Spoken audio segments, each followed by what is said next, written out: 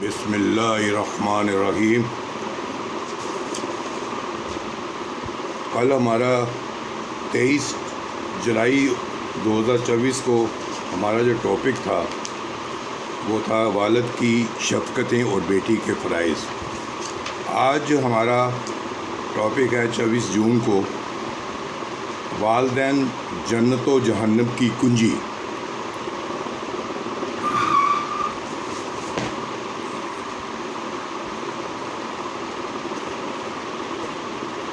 حضرت ابن عباس رضی اللہ تعالیٰ عنہ کی روایت ہے کہ رسول اللہ صلی اللہ علیہ وسلم نے فرمایا، جو شخص اپنے ماں باپ کے معاملے میں صبح کو اللہ کا فرمان بردار ہوتا ہے اس کے لیے جنت کے 2 دروازے کھل جاتے ہیں، اور جو شخص والدین میں سے کسی ایک کے معاملے میں صبح کو اللہ کا فرما بردار ہوتا ہے تو اس کے لیے جنت کا ایک دروازہ مفتوح ہو جاتا ہے، اور شام کو اپنے ماں باپ کے معاملے میں اللہ کا نافرمان ہو جاتا ہے، اس کے لیے دوزخ کے 2 دروازے کھل جاتے ہیں۔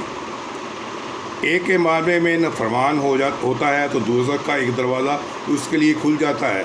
ایک شخص نے عرض کیا، یا رسول اللہ صلی اللہ علیہ وسلم، خواہ ماں باپ نے اس کی حق تلفی کی ہو؟ فرمایا، خواہ انہوں نے اس کی حق تلفی کی ہو، خواہ اس پر ظلم کیا ہو، خواہ اس کا حق مارا ہو۔ یہ بھی حضرت ابن عباس رضی اللہ تعالیٰ عنہ کی روایت ہے کہ رسول اللہ صلی اللہ علیہ وسلم نے فرمایا، جو ماں باپ کا فرما بردار اپنے والدین کی طرح رحم و شفقت کی نظر سے دیکھتا ہے، اللہ ہر بار نظر کرنے کے عوض اس کے لیے ایک حج مقبول کا ثواب ضرور لکھ دیتا ہے۔ صحابہ نے عرض کیا، خواہ ہر روز 100 بار دیکھے؟ فرمایا، ہاں، اللہ اس سے بھی بڑا اور پاک ہے۔ حضرت ابو بکر رضی اللہ تعالیٰ عنہ کی روایت ہے کہ رسول اللہ صلی اللہ علیہ وسلم نے فرمایا، تمام گناہوں میں سے اللہ جو گناہ چاہے گا معاف فرما دے گا، سوائے ماں باپ کی نافرمانی کے۔ ایک دفعہ دوبارہ سنیے گا۔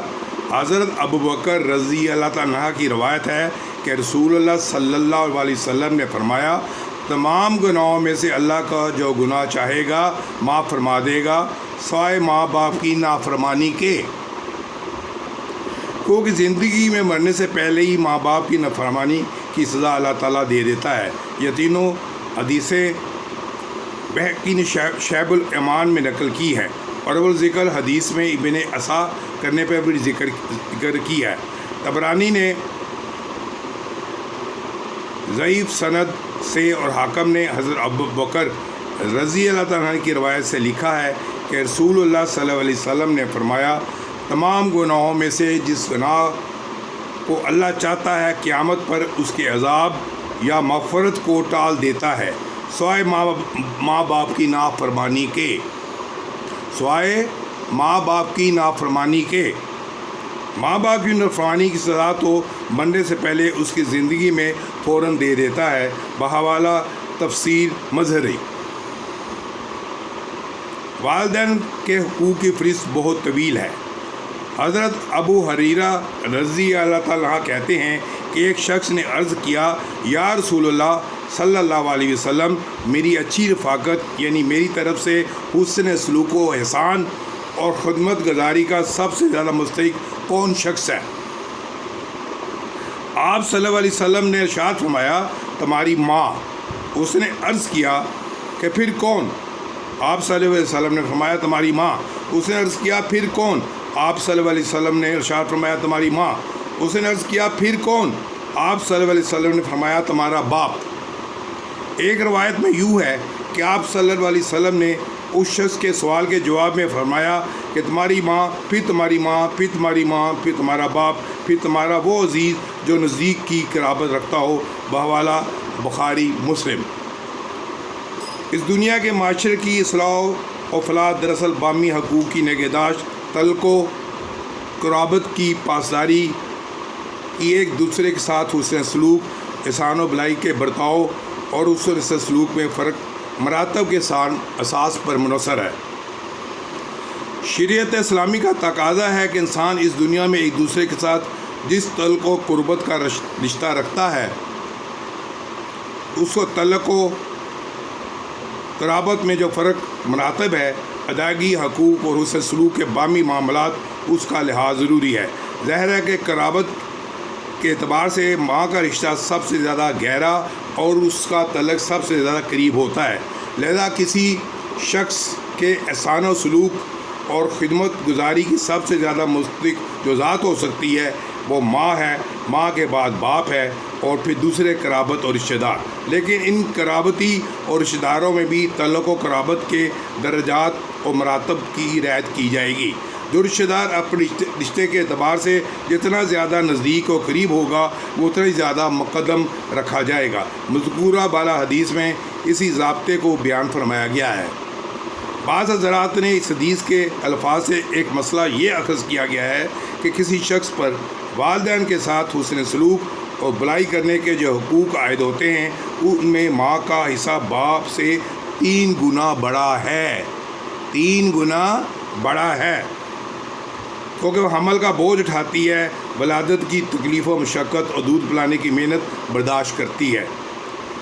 فقہ کی کتابوں میں لکھا ہے کہ اولاد پر ماں باپ کا حق باپ کے حق سے بڑا ہے، اس کے ساتھ حسن سلوک و بھلائی اور اس کی خدمت و دیکھ بھال کرنا زیادہ واجب اور زیادہ ضروری ہے۔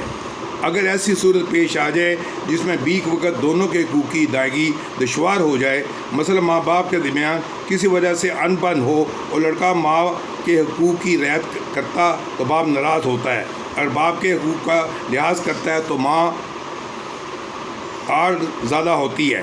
تو ایسی صورت میں یہ درمیانی راہ نکالی جائے کہ تنظیم و احترام میں تو باپ کے حقوق کی فوقیت دے اور خدمت گزاری نیز مالی امداد عطا میں ماں کے حق کو فوقیت دے۔ ماں باپ کے حقوق کی فہرست بہت طویل ہے، لیکن ان کے مرتبہ و درجے کو دیکھا جائے تو حقیقت یہ ہے کہ اولاد اگر اپنی پوری زندگی بھی ان کے حقوق کی ادائیگی میں صرف کر دے تب بھی ان کی تہی میں اپنے ذمہ داری سے عہدہ برا نہیں ہو سکتی۔ تاہم شریعت نے کچھ چیزیں ایسی بیان کر دی ہیں جو زیادہ اہمیت کی ہیں اور جن کا لحاظ بہر صورت ہونا چاہیے۔ مثلا سب سے پہلی چیز تو یہ ہے کہ ان کی جائز خواہشات کی تکمیل، ان کی اطاعت و فرما برداری کو لازم جانا چاہیے، ان کی رضا خوشنودی کو اپنے حق میں ایک بڑی سعادت سمجھی جائے، اپنی حیثیت و اطاعت کے بقدر ان کی ضروریات اور ان کے آرام و راحت میں اپنا مال و اسباب خرچ کیا جائے اور ان کے ساتھ ایسا سلوک کیا جائے جو ان کی شان کے مطابق ہو۔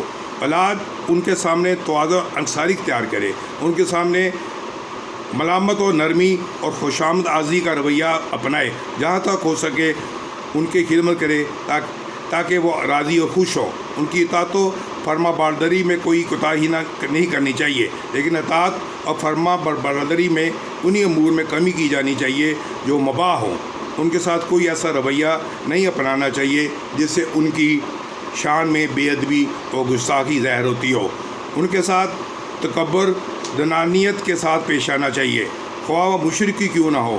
بات چیت کے وقت اپنی آواز کو ان کی آواز سے اونچا نہیں کرنا چاہیے اور نہ ان کا نام لے کر ان کو مخاطب کرنا چاہیے۔ کسی کام میں ان سے پہل نہ کرنا چاہیے اور ان کے مقابلے میں خود کو نمایاں کرنے کی کوشش کرنی چاہیے۔ اس طرح اس بات کو ملحوظ خاطر رکھنا چاہیے اگر والدین غیر شرعی امور کے مرتکب ہوں تو ان کے سامنے امر بالمعروف اور نئی انکل منکر کی فضا کی ادائیگی کے وقت بھی ادب و احترام اور نرم و ملائمت کی راہ اختیار کی جائے، اور ایک دفعہ کہنے پر وہ باز نہ آئے تو پھر سکوت اختیار کر لیا جائے۔ ان کے حق میں دعا و استغفار کرتے رہنا چاہیے۔ یہ بات قرآن کریم کی آیت سے اخذ کی گئی ہے جس میں حضرت ابراہیم علیہ السلام کی طرف سے اپنے ماں باپ کے سامنے نصیحت و عظمت کا ذکر ہے۔ یہ کتاب والدین کے حقوق اور اولاد کی ذمہ داریوں سے کتاب کا یہ سلسلہ جاری ہے۔ انشاء اللہ کل پھر آپ سے 25 جون کو ملاقات ہوگی اور کل ہمارا ٹاپک ہوگا حکیم لقمان کو اپنے بیٹے کو نصیحتیں۔ حکیم لقمان کی اپنے بیٹے کو نصیحتیں، یہ کل ہمارا ٹاپک ہوگا، جس کے ساتھ ہی خدا حافظ۔